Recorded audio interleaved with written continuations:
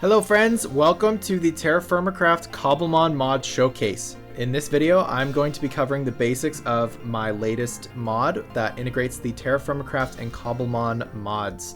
If you didn't check out the trailer already, I highly recommend it since it kind of gives a good overview about what to expect with this showcase. I wanted to make this showcase just because there are a lot of features that my mod adds, and so I wanted to give you guys sort of a tutorial to help you guys get started. Okay, so to start, I'm actually going to be covering some mods that would pair well with my mod.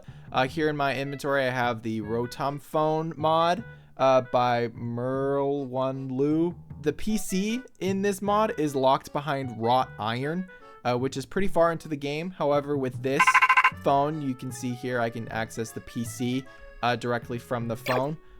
So this is great for early game. I think it matches well if you used a texture pack to make it look like the Arceus phone from Legends Arceus or something like that.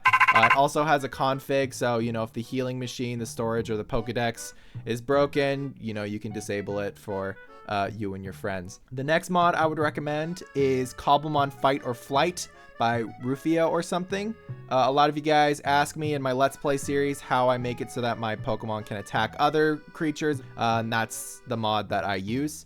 Finally, I would recommend Cobblemon Rider from Extreme One Nation. There's a lot of traveling in Terrafirmacraft, so being able to ride your Pokemon is a great time saver and incentive to raise your Pokemon. My last recommendation is to actually not select a starter. Most people go ahead and pick their starter at the beginning of their Cobblemon journey. I actually recommend against that. I know it's not really typical for people to not pick a... Oh my god, okay. I know it's controversial, but I think it goes against the nature of Terrafirmacraft. In the first update that I posted, it does not disable this feature. However, I might do so in a future update or mod pack. Okay, so if you aren't picking a starter, you might be asking how you get a Pokemon. Well, it's simple. You just have to get Pokeballs and you have to get lucky. So first with the Pokeballs. All you need to make Pokeballs in this pack is one Apricorn and one Tumblestone. To get Tumblestones, you're going to want to break these, you know, rocks here. I don't believe the mossy ones drop them, but I'll just get them for tools. So I'm just going to be going around here collecting, you know, sticks, collecting rocks. And for the Tumblestones to drop from rocks, there is a 10% chance. That's the same odds as getting flint from gravel. So, you know, it might take a bit, but it's not too bad. Alternatively, if you're having problems finding some Tumblestones like I am, or you want to get started right away, you can just place them and break them over and over. And there we go. There's our first Tumblestone. So as you can see, I got a black Tumblestone here. So the kind of Tumblestone that you get depends on the rock type. So here I spawned into a basalt biome, which has igneous rock. An igneous rock has a chance to drop Tumblestones. Metamorphic rock has a chance to drop sky Tumblestones. And for regular Tumblestones, they can be found in all rock types, but they're most commonly found in sedimentary rock. For Apricorns, you'll get them from breaking tree leaves. If you have a tool in your hand, like a scythe or this stone knife that I just crafted, it will have an increased chance of dropping. Oh, and there you go. We just got our first Apricorn here. So the color of the Apricorn is dependent on the tree type. And as such, they are grouped by climate. So for instance, this blue Apricorn here will be found in more cold, wet climates, whereas something like a red Apricorn will be found in a hot, dry climate. Here I have a graph I made to illustrate this point a bit more clearly. As you can see, the temperature and precipitation determines the type of Apricorn you can expect to find in this region. The values on this chart are averages, so you can tend to expect to find about 2 to 3 different tree types in any given area, so you can expect a lot of overlap here. However, if you're going to want to be upgrading to higher tier Pokeballs that require multiple different types of Apricorns, you might have to travel across the map in order to get that, so just keep that in mind. The ancient variants of Pokeballs are very expensive for both Tumblestones and Apricorns, so I recommend advancing quickly to the Bronze Age so you can be more efficient with your usage. The ancient Pokeballs are great when you're in a pinch, when you really want to catch a Pokemon and you don't have the materials, so you can just get it from the wild. But in the long run, it's not very sustainable. So again, use the ancient Pokeballs in the early game, and then quickly transition to using Pokeballs and other higher tier Pokeballs in the late game. Once you've crafted your first Pokeball, you can just go up to a random Pokemon and try to catch it. Obviously, this is very luck dependent, so you might run out of luck pretty quickly, but if you're lucky, I was not lucky, that's how you can get your first Pokemon. Another way to get a Pokemon is to make one. This was showcased in the trailer a little bit. When you combine a Life Orb and a Vessel, you get a Golett. The main issue with this method is that it requires glassworking to get a blank orb, which is normally obtainable deep into the Bronze Age. To solve this, I would actually recommend starting out with the blank orb or Life Orb in your inventory. Think of it like a gift from Arceus that you somehow had when you were transported here from another timeline or dimension or whatever. A good way to start this would be to use a mod like Starter Kit and add the blank orb to the config. Alternatively, you could just use cheats to give you and your buddies this item when you start your playthrough. But in any case, it is a great item to start with, in my opinion. How it's used, you right click with it, it begins charging. And then when you kill some Pokemon, so let's see if I can accomplish that here. Let's see, almost there. Okay, so there you go. So as you can see here, it made a little noise. So now if you see, if I turn on advanced tooltips, the durability goes up by 1. Once it's fully charged up, you can right click with it again in your hand to convert it into a Life Orb. Just like that. And then once you get a Vessel, you can go ahead and combine your Life Orb with your Vessel to get your very first Pokemon. Here I have it in my hand. I'll go ahead and right click with it. And there we go. There is our first starter Pokemon. Something to note about the new Golett Forms, unlike the other Pokemon that are dyeable, you can't just go and right click a Golett to change its color. The reason behind this is that in Terrafirmacraft, in order to get dyed vessels, you actually have to apply the dye to the vessel before you cook it, and then you cook it to get a glazed vessel. And so Golett kind of operates the same way. So in order to get a dyed Golett, what you're going to need to do is you're going to need to take your flour and grind it in a kern. This does unfortunately mean that it is locked behind pickaxes. But once you get this, ground up dye, you can then apply it to this unfired vessel to get the unfired vessel of your choice in color. From there, you cook that, and that gives you a glazed vessel, which you then apply with a Life Orb to get the color of your choice. So then when you right click, it gives you the correct color Golett that you're looking for. So there we have a nice red color. Another change that this mod adds is it actually makes Golett a ground fighting type. My reasoning behind this is that I will eventually be implementing a starter trio based on this sort of Life Orb clay feature that I added. So far, I'm thinking of adding Baltoy and either Poltegeist or Yamask for the second Pokemon. I haven't quite decided which one yet, so let me know down in the comments which one you would rather see as a starter. Thematically, I think it makes sense because in Golett's Pokedex entry, there's a lot of mystery behind how it was made and powered due to the ancient history being lost to time. However, since this pack, the ancient technologies used to create Golett are happening right now, there isn't much of that mystery surrounding how Golett was created. Furthermore, I think the fact that Golett was abandoned for centuries only to be discovered by archaeologists would explain why modern Golett developed the ghost typing in favor of their original fighting typing. If you don't like this change, though, I did keep the original Golett in the code. So if you have a server or a mod pack that you want to create that uses Golett's old typing and movesets, you can just give yourself a Golett that has the original typing. So I'm going to go ahead and give myself that right now. So I'm going to go ahead and say Pokegive Golett, and I'm going to give it the tag original.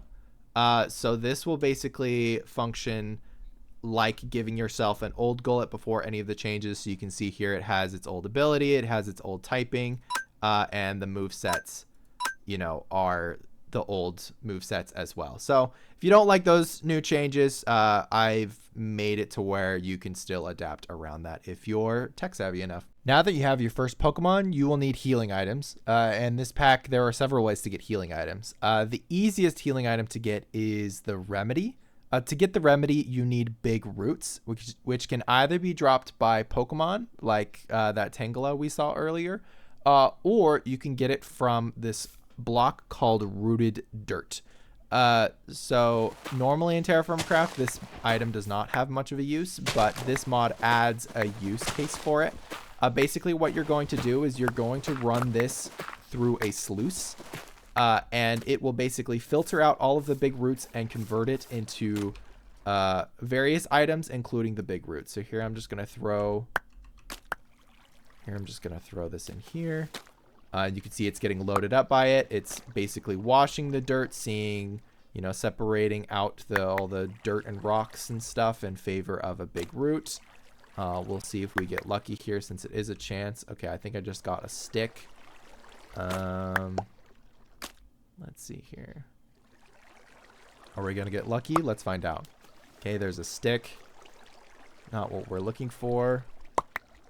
Another stick.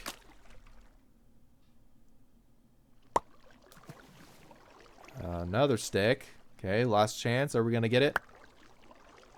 Okay, we didn't get lucky that time, but I do assure you that it does work properly. But I already have some in my inventory here, so let's go back over to our kern and convert this into some remedies here. So I'll go ahead and take out this flower here and convert it with... Let's go ahead and take out this flower and put in the big roots. I'm going to go ahead and give this a spin. And voila, we have some remedies. This should heal for a good amount. All right, so here I've got my Golett, and he's damaged here. So I'm going to go ahead and give him some of the remedies. As you can see, he's at full health. You know, since he's only level 10, this is good for now. But eventually, if you're going to need to upgrade it, you can see here, you can use the pep up flower as well as any type of berry to get a fine remedy. And from there, you can get a superb remedy. So that's going to be your primary source of healing. Another helpful healing item is the revival herb. These can be found growing naturally in lowlands around mud patches. So here I'm on top of mud, and we have the revival herb here. Fully grown revival herbs will drop the pep up flowers that can be used to upgrade your remedies. They can also be planted in soil, so make sure that you save a few just in case, so that once you get a farm set up, you can use these revival herbs in your farm.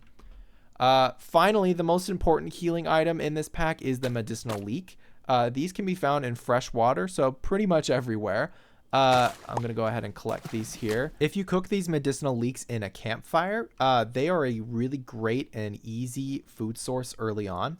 So as you can see here, when it's not cooked, it doesn't have any nutrition, but once it gets cooked here, we'll get a roasted leek, which does give you some saturation here. So I'm going to go ahead and cook this, and you can see it filled up my hunger bar. The biggest use for the medicinal leek is actually cooking them in a pot, though. So here I've got a pot. I'm going to go ahead and light this up.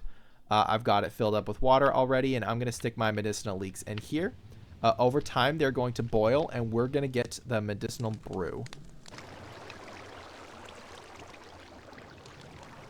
Alrighty, so now that we've got our medicinal brews cooked up here, you can see that they are used in a lot of different crafting recipes for different heal items. The big advantage to using this, as you can see, berries, which can be found naturally by defeating wild Pokemon. This has an expiration date, which is quickly ticking down here. However, when you use medicinal brews, not only do you extend the usage of each berry by converting one berry into 3 different healing items, but these healing items are also shelf stable, meaning they won't expire. Alright, so now that we have a sustainable way to catch and heal your Pokemon, let's talk about Pokemon spawning mechanics. As you know, biomes work very different in Terrafirmacraft. As you can see by the journey map icon in the top right, I am currently in a plains biome. However, as you can see here, I am also in a plains biome, and it is very much so not the same. For this reason, spawning is based around mostly 2 factors, that being your altitude and your world position. For most biomes, I categorize them as either low altitude, mid altitude, or high altitude, where Pokemon are grouped in those areas. Other biomes that indicate a place of interest, like a river, lake, volcano, or shoreline, also have their own spawn conditions. Most Pokemon can be found in the central area, which is a perimeter of about 4,000 blocks in each direction, centered around 0, at the center of your world. Once you exceed that 4,000 block perimeter, you're going to start to encounter some regional Pokemon. So here I can see there are a whole bunch of Tropius around me, and that is because I'm in the tropical rainforest, which is located in the southeast. Other regions are based around Pokemon regions. So to the east, you'll find the Hisui region to the north and the Kitakami, Hoenn sort of region to the south, where we are right now. When you head to the west, you'll start to encounter some drier regions, such as the Galar region to the north and Paldea to the south. So far, only 5 Pokemon can be found in each region. However, there are plans to add more Pokemon based on each region. If you are a data pack creator, you can use the presets that I have created to expand the roster of Pokemon found in these outer regions, or even make up your own completely different Pokemon regions. It's really up to you, and I kind of left it to the creativity of whoever has the knowledge to be able to expand on the system that I have in place. Finally, I wanted to cover the methods of acquiring some evolution items. I would recommend downloading JEI to view all the crafting recipes for all of the evolution items that I implemented. Most of the evolution items are obtainable around wrought iron. If there's a Pokemon in the pack that requires an evolution item, I think it's safe to assume that it's implemented.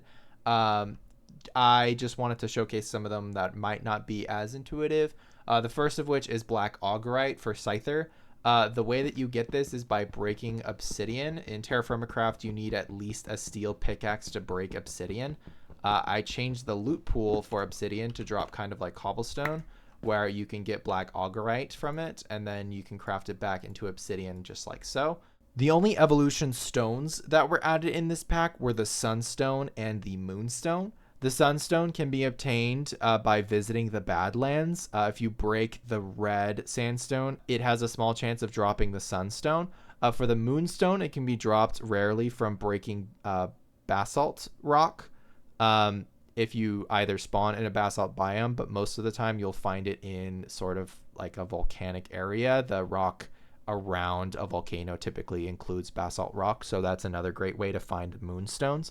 All of the other evolution stones that are added in Cobblemon have not been implemented yet, because I have a future plan for how to get those that are not implemented yet.